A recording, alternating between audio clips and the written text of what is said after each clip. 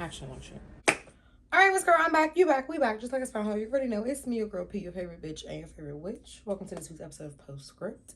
Our first segment today is always piece and pieces. I don't really have much to say other than I have finally reached to a point where I can put the treadmill on the 12% incline and I don't feel like I'm about to die. So that's the favorite thing for me this week. Honestly, truthfully, that's all I got to say.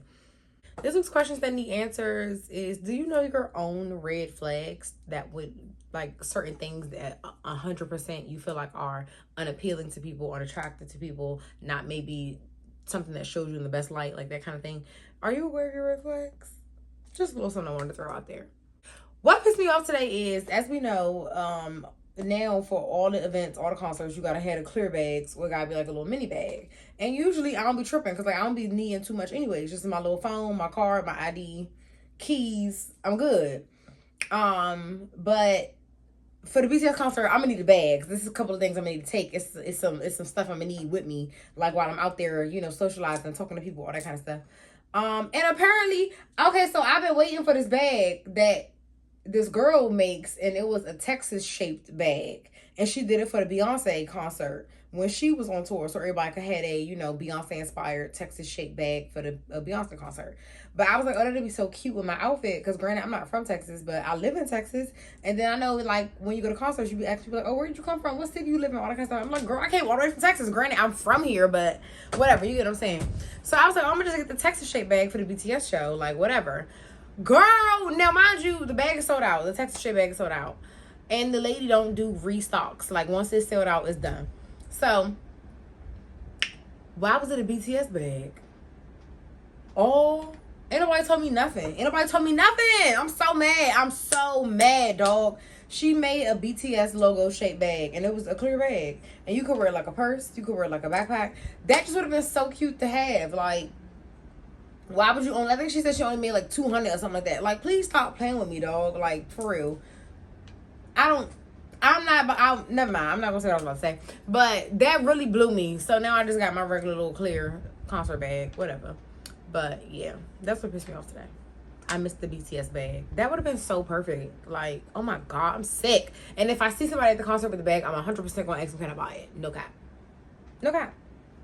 This week's bar for bar, we're gonna do LTS by Fat Trio, also known as Like That Shit. I love that song. It came on shuffle the other day, and it's just like, I love when Gleesh make the songs for the girls, when he's make love songs, and like, just like, I love like a trap R&B like sexy vibe. Like, I can't even explain it, but I love when the boys make songs for the girls. Like, that's all I can say. But yeah, I love that song. Shout out to Gleesh, shout out to City of God. I love that tape.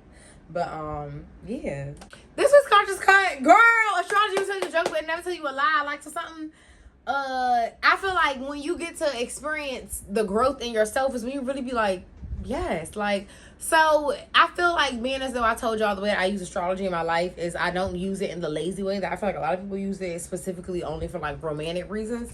But I use it to like give myself an understanding of how I'm going to react to things or how things are going to affect me. Or if something happens, I can understand the context of the playing field that we're on so that I then don't overreact and take it out of context. Like, did that make sense? Whatever. But it just be like, girl, that Mercury retrograde really be doing whatever. And I told y'all last week that Mercury retrograde was whooping my ass. So it definitely came off with a cute little packaging to wrap it all up. Because we are still in the Mercury retro shade until August 9th, of course. But that's another reason why I just really love astrology, because it helps me to gauge certain things. And not saying that I'm the kind of person who I blame, or not even, I'm not even gonna say blame, but I look to astrology for every little thing in my life. But when something happens that makes me like get in my head about stuff, I would just be like, okay, let me really understand what's happening. And then let me understand what's really, am I really feeling that way, or am I just like, you know, is the playing field just being set up too perfectly for me to overreact, kind of thing. So yeah, that's all I wanted to say. All right, our last and final segment is going to be hashtag I cannot make this shit up. On the 26th, we talked about this last week, Saturn did start its retrograde in the sign of Aries, but then also, to go back a little bit more, on July 23rd, Mercury did station direct in the sign of Cancer on the 23rd, like we talked about last week as well. As I just mentioned a couple minutes ago, we are still in the retro shade until August the 9th. So while we are, out of the worst of it, it's still a little overcast, if you will. Also on the 26th, the North Node moved into the sign of Aquarius, and the South Node moved into the sign of Leo. Again, we were talking about that last week when I was telling y'all about, the ASL sign for bullshit. But on the 29th, which is when you should be watching this, we are going to have a full moon in Aquarius as well. As well as the Jupiter Kanzimi, and as well as the Day of Miracles, because Jupiter will be in the sign of Leo. And that happens every 12 years or so. So that's why people call it the Day of Miracles. With all of that happening, the Kazimi, the Day of Miracles, and the full moon in Aquarius happening on the 29th. Wednesday is just a big day for, like, when I was writing, I was hearing, like, the Jumpoff playing by Lil Kim. Alexa, play the Jumpoff by Lil Kim.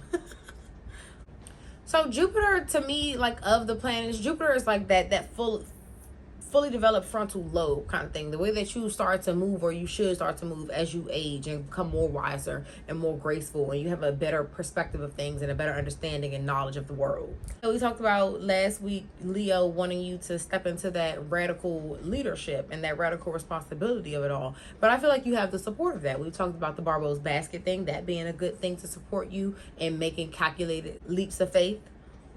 But in order for you to expand and go higher, you have to be able to look down and understand what's weighing you down or holding you back, or what you have buried and you're trying to forget and you're trying to ignore. Because that is not how you grow. That's just honestly how you stay stagnant, to keep it a buck. Because if you keep just ignoring stuff and acting like it's going to go away, it's never going to go away. And you never going to get nothing new, because you keep not acknowledging and facing the thing that is in your way. So that just sounds like a lot of, like, transformation. And the experts say, my girl Chain said, look back to June and July 2014, 2015. And then, like, just think about what you started then, what your dreams were, who you were, what you identified with, what your wishes and hopes and desires were. And then think about you right now and all of the dreams that you've made true, and how, like, proud of yourself you would be being able to look back and say, like, wow, I really did that. Like, because right now you're in a supported time to keep going, keep the momentum going in this phase of your life, right? So start something new, that in the next time you can look back another 12, 13, 14 years and be like, wow, I really did that too. So with the North Node and the South Node changing signs, with that's going to, okay, mind you, North Node is in Aquarius, the South Node is in Leo, and they're going to be like that until 2028, but they haven't been in those signs since 2007. So with all the stuff that I've been talking about in this episode, I think it was Maddie, or it might have been Channy, that said, just think of, like, all the stuff that's happening, all the transits that's happening. Everything's just a big Venn diagram. Everything overlapping. Girl, I told you 3 things that's happening on the 29th. We done talked about 2 or 3 things that happened on the 26th. Like, it's a lot of stuff happening at once kind of thing. So it's a lot of moving parts. So, like I just told you, think back to, that June, July 2014, 2015. Think back to 2007.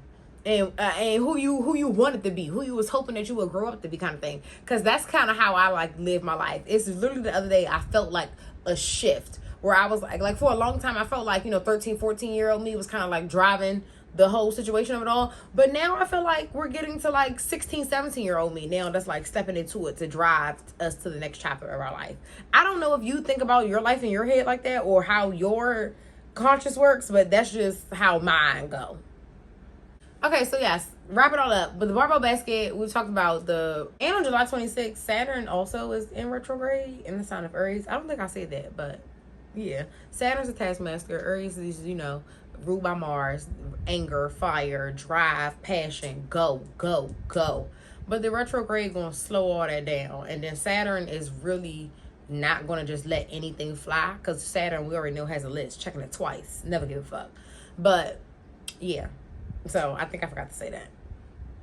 The last thing I'm going to say about the full moon that is happening on Wednesday is in Aquarius, and that is the last lunation that we will have until we start eclipse season. So I told you, get your manifesting on. This is your last time. This is your last call, okay? Because we don't manifest during eclipse season, because you don't want your shit to get lost in the dark. You don't want your blessing to be somewhere like, oh, Jinkies, my glasses. I can't see without my glasses. So again, last full moon, last time to manifest, last time to turn it up, last time to lock in, last time to commit, last time to look at your boundaries, your commitments, your goals, how far you come, where you trying to go, all the stuff, before it get a little lost in the dark.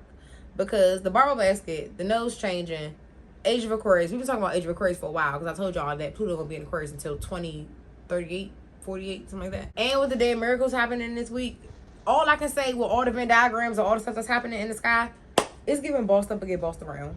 That's all I got. Step your cookies up for they fucking crumble. Thanks for coming. You know how we end episode. Oh wait, no, I'm lying. Like, share, comment, subscribe, turn the bell on, share, all the things. You know how we end episode. Bitch be mad because they be hating, and bitch be hating because they be mad. Hell.